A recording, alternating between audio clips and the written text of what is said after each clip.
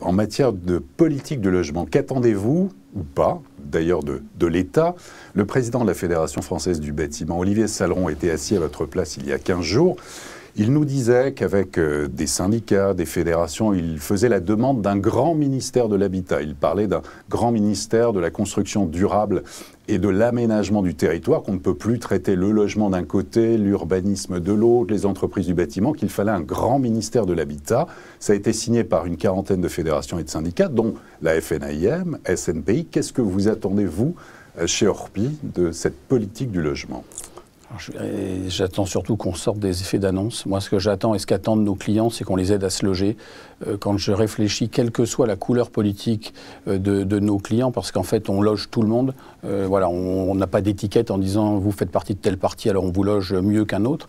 On loge tout le monde et partout en France. Ce qu'on attend, c'est des mesures concrètes. On manque de logements, on a besoin de construire, mais ce n'est pas toujours acceptable en termes d'écologie. Donc il faut mixer entre l'écologie, le logement, la pression foncière. La rénovation peut-être massive de l'existant, peut-être la rénovation est un enjeu? C'est un enjeu, mais comment on aide nos concitoyens? Parce que d'annoncer 700 000 logements rénovés, très bonne nouvelle, j'y adhère. Mais par contre, comment on va aider les gens à s'emparer des aides, MaPrimeRénov', tout ce micmac fiscal qui fait que nos concitoyens ont du mal à s'y retrouver.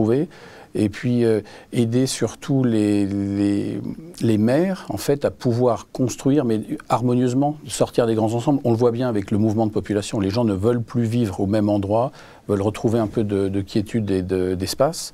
Donc il faut sortir des effets d'annonce mais qu'il y ait une réelle volonté. Et j'espère que, quel que soit le ministre ou la ministre du Logement que nous aurons, ça soit quelqu'un qui comprenne les besoins des Français, qu'on ne cherche pas forcément à faire plaisir, mais qu'on cherche à être pragmatique et à avoir des lois qui permettent d'y voir clair et sur le long terme, parce que ça change sans arrêt. Donc, ce que je souhaite, en fait, c'est qu'on retrouve du bon sens. Et sur l'accès à la propriété, ou peut-être la simplification de la fiscalité dans le logement, est-ce que c'est des volets importants pour vous?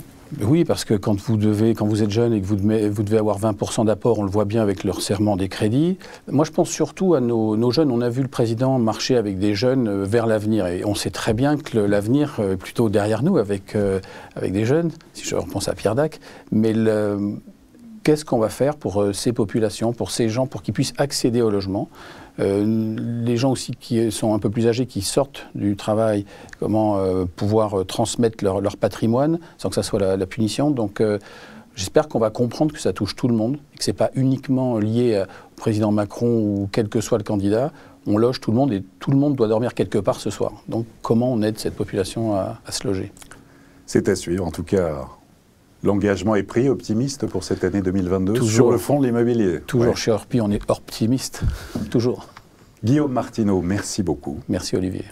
Et à très bientôt pour une prochaine édition du Club Immo.